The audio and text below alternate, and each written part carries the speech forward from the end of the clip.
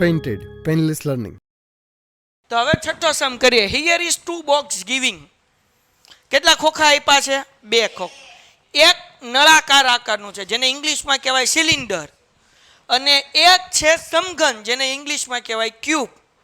આપણે બેયનું સૂત્ર મૂકવાનું, સમ સોલ્વ કરવાનું, જે પછી કહેવાનું કે કયું મોટું ખોખું છે. તેના માટે સૂત્ર આવડવું જોઈએ. શું આવડવું જોઈએ? સૂત્ર. તો આ નવો કોન્સેપ્ટ આવ્યો છે નળાકાર. અત્યાર લગી આ બધા ક્યુબના સમ તો આવી ગયા છે. ઓકે, હવે સમ વાંચીએ. શું કીધું?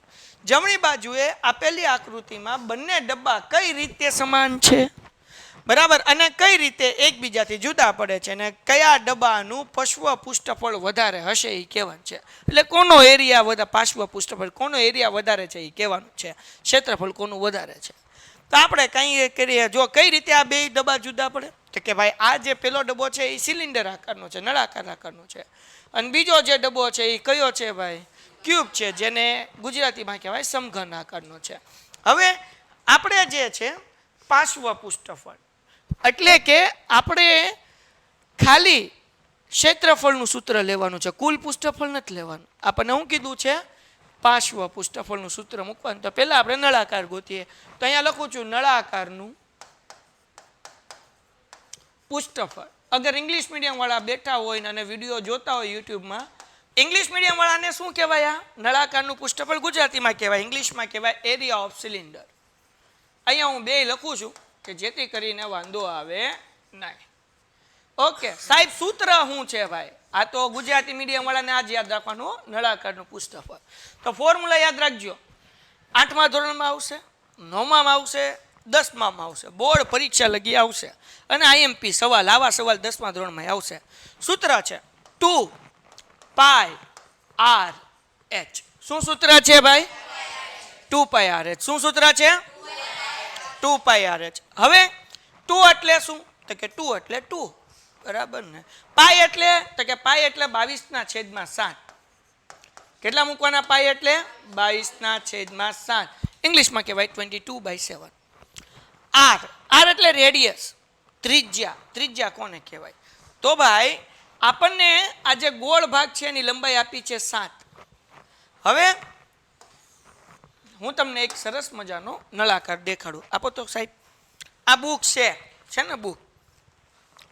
બુકને હું આમ ગોળ કરી નાખું, પપુડું વાળી નાખું, અને શું કહેવાય? પપુડું. આ નળાકાર કહેવાય. આને શું કહેવાય? નળાકાર. આપણા ઘરે પાઇપ હોય ને, પાઇપ, એને નળાકાર કહેવાય. આ ફાયરનો બાટલો છે એને શું કહેવાય? નળાકાર કહેવાય. તમે પાણી પીવાનો બાટલો લાવ્યો કે ને, પાણી પીવાનો બાટલો, એને શું કહેવાય? નળાકાર કહેવાય. છે ને બાટલો? નથી કોઈ આગળ છે પાણીનો બાટલો? હા, જો આ નળાકાર આકારનો બાટલો છે. આ કેવા આકારનો બાટલો છે? નળાકાર આકાર. આને ઇંગ્લિશમાં કહેવાય સિલિન્ડર. એટલે આપણે બાટલાને ઇંગ્લિશમાં એમ કહીએ, એ ગેસનો સિલિન્ડર આવ્યો, કારણ કે એમ તો ન કહેવાય એ ગેસનો નળાકાર આવ્યો.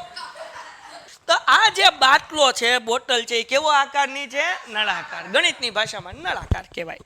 તો આપણને આ નળાકાર છે, એમાં આ બાજુ જે છે એ 7 સેમી આપી, એટલે ઢાંકણું અહીંયાથી લઈને અહીંયા સુધી કેટલું આપ્યું છે?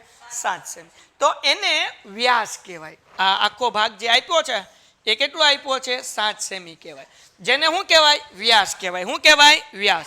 ઇંગ્લિશમાં કહેવાય ડાયામીટર. એટલે એને ડી તરીકે લખાય, એટલે આપણને ડી આપ્યો છે.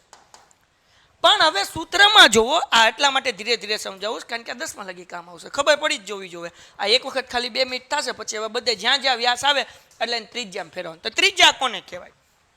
આખી લાઈન હોય તો વ્યાસ, અડધી લાઈન હોય એને કહેવાય ત્રિજ્યા. એટલે કે જો આ બધાને ટપકું દેખાય ને, આ પોઈન્ટ દેખાય ને, તો પોઈન્ટથી આ ઢાંકણાના ખૂણાના સુધીનો આને કહેવાય, એને કહેવાય ત્રિજ્યા. શું કહેવાય? તો જ્યારે દાખલામાં વ્યાસ આપ્યું હોય ત્યારે ત્રિજ્યામાં ફેરવવાનું, એટલે કે ડાયામીટર આપ્યું હોય ત્યારે રેડિયસમાં કન્વર્ટ કરવાનું. ડન છે? ક્લિયર થઈ ગયું? ઓકે. સૂત્રમાં ત્રિજ્યાને કહેવાય આર. શું લેવા? કારણ કે ત્રિજ્યાનું ઇંગ્લિશ થાય રેડિયસ. ત્રિજ્યાનું ઇંગ્લિશ શું થાય? રેડિયસ. એટલા માટે અહીંયા આર લખેલું છે. સમજાઈ ગયું કે નહીં? એટલે 2 એમનેમ, પાઈની કિંમત 22/7. ત્રિજ્યા આપણને નથી આપી, આપણને વ્યાસ આપ્યો છે. તો યાદ રાખો બચ્ચાઓ, ત્રિજ્યાનું સૂત્ર શું છે ભાઈ? તો કે D/2. ત્રિજ્યાનું સૂત્ર શું છે ભાઈ? D/2. ડી એટલે કે વ્યાસ કેટલો છે? 7. એટલે જવાબ કેટલો? 7/2. અગર 14 આપ્યું હોય તો 14/2, 21 આપ્યું હોય તો 21/2, જે આપ્યું એના છેદમાં 2 કરવાનું. ક્યારે? વ્યાસ આપ્યું હોય તો ત્રિજ્યામાં ફેરવવું પડે, કારણ કે સૂત્રમાં શું આવે ભાઈ? આર આવે. કોઈને કઈ ડાઉટ?